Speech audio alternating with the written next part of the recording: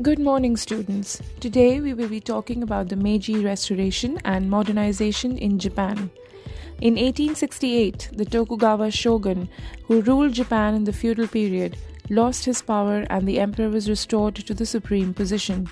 The emperor took the name Meiji, or Enlightened Rule, as his reign name. This event is known as a Meiji Restoration. When the Meiji Emperor was restored as head of Japan in 1868, the nation was a militarily weak country, was primarily agricultural, and had little technological development. It was controlled by hundreds of semi-independent feudal lords. The Western powers, Europe and the United States, had forced Japan to sign treaties that limited its control over its own foreign trade. Japan had regained complete control of its foreign trade and legal system, and by fighting and winning 2 wars, it had established full independence and equality in international affairs. In a little more than a generation, Japan had exceeded its goals and in the process had changed its whole society. Japan's success in modernization has created great interest in why and how it was able to adopt Western political, social, and economic institutions in so short a time. One answer is found in the Meiji Restoration itself. This political revolution restored the emperor to power, but he did not rule directly. He was expected to accept the advice of the group that had overthrown the shogun, and it was from this group that a small number of ambitious, able, and patriotic young men from the lower ranks of the samurai emerged to take control and establish the new political system. At first, their only strength was that the emperor accepted their advice, and several powerful feudal domains provided military support. They moved quickly, however, to build their own military and economic control. By July 1869, the feudal lords had been requested to give up their domains, and in 1871, these domains were abolished and transformed into prefectures of a unified central state. The feudal lords and the samurai class were offered a yearly stipend, which was later changed to a one-time payment in government bonds. The samurai lost their class privileges when the government declared all classes to be equal. By 1876, the government banned the wearing of the samurai's swords. The former samurai cut off their top knots in favor of the Western-style haircuts and took up jobs in business and professions. The army of each domain were disbanded, and a national army based on universal conscription was created in 1872, requiring 3 years military service from all men, samurai and commoner alike. A national land tax system was established that required payment in money instead of rice, which allowed the government to stabilize the national budget. This gave the government money to spend to build up the strength of the nation. For the next 20 years, in the 1870s and 1880s, the top priority remained domestic reform aimed at changing Japan's social and economic institutions along the lines of the model provided by powerful Western nations. The final blow to conservative samurai came in 1877, Satsuma Rebellion, when the government's newly drafted army, trained in European infantry techniques and armed with modern guns, defeated the last resistance of the traditional samurai warriors. With the exception of these few samurai outbreaks, Japan's domestic transformation proceeded with remarkable speed, energy, and the cooperation of the people.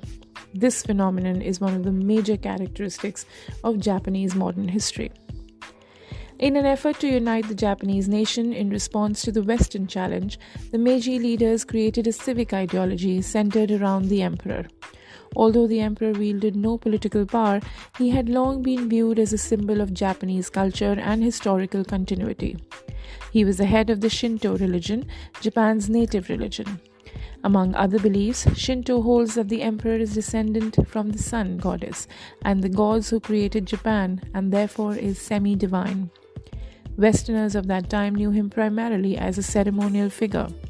The Meiji reformers brought the emperor and Shinto to national prominence, replacing Buddhism as a national religion for political and ideological reasons. By associating Shinto with the imperial line, which reached back into legendary times, Japan was not the only oldest ruling house, but with a powerful symbol of age-old national unity. The people seldom saw the emperor, yet they were to carry out his orders without question, in honor to him and to the unity of the Japanese people which he represented. In fact, the emperor did not rule. It was his advisors, a small group of men who exercised political control, that devised and carried out the reform program in the name of the emperor. The abolition of feudalism made possible tremendous social and political changes. Millions of people were suddenly free to choose their occupation and move without any restrictions. By providing a new environment of political and financial security, the government made possible investment in new industries and technologies. The government led the way in this, building railway and shipping lines, telegraph and telephone systems, 3 shipyards, 10 mines, 5 munitions work, and 53 consumer industries. This was very expensive, however, and strained government finances. So in 1880, the government decided to sell most of these industries to private investors, thereafter encouraging such activity through subsidies and other incentives. Some of the samurai and merchants who built these industries established major corporate conglomerates called zaibatsu, which controlled much of Japan's modern industrial sector. The government also introduced a national educational system and a constitution, creating an elected parliament called the Diet. They did this to provide a good environment for national growth, win the respect of the Westerners, and build support for the modern state. In the Tokugawa period, popular education had spread rapidly, and in 1872, the government established a national system to educate the entire population. By the end of the Meiji period, almost everyone attended the free public schools for at least 6 years.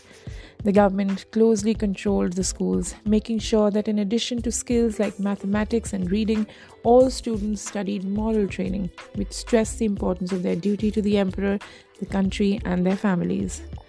In 1889, the constitution was given to the people by the emperor, and only he could change it. A parliament was elected beginning in 1890, but only the wealthiest 1% of the population could vote in elections.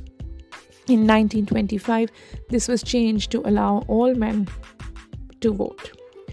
To win the recognition of the Western powers and convince them to change the unequal treaties the Japanese had been forced to sign in the 1850s, Japan changed its entire legal system, adopting a new criminal and civil code modeled after those of France and Germany.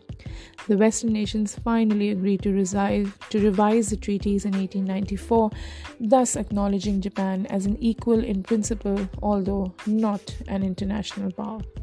Thank you for listening.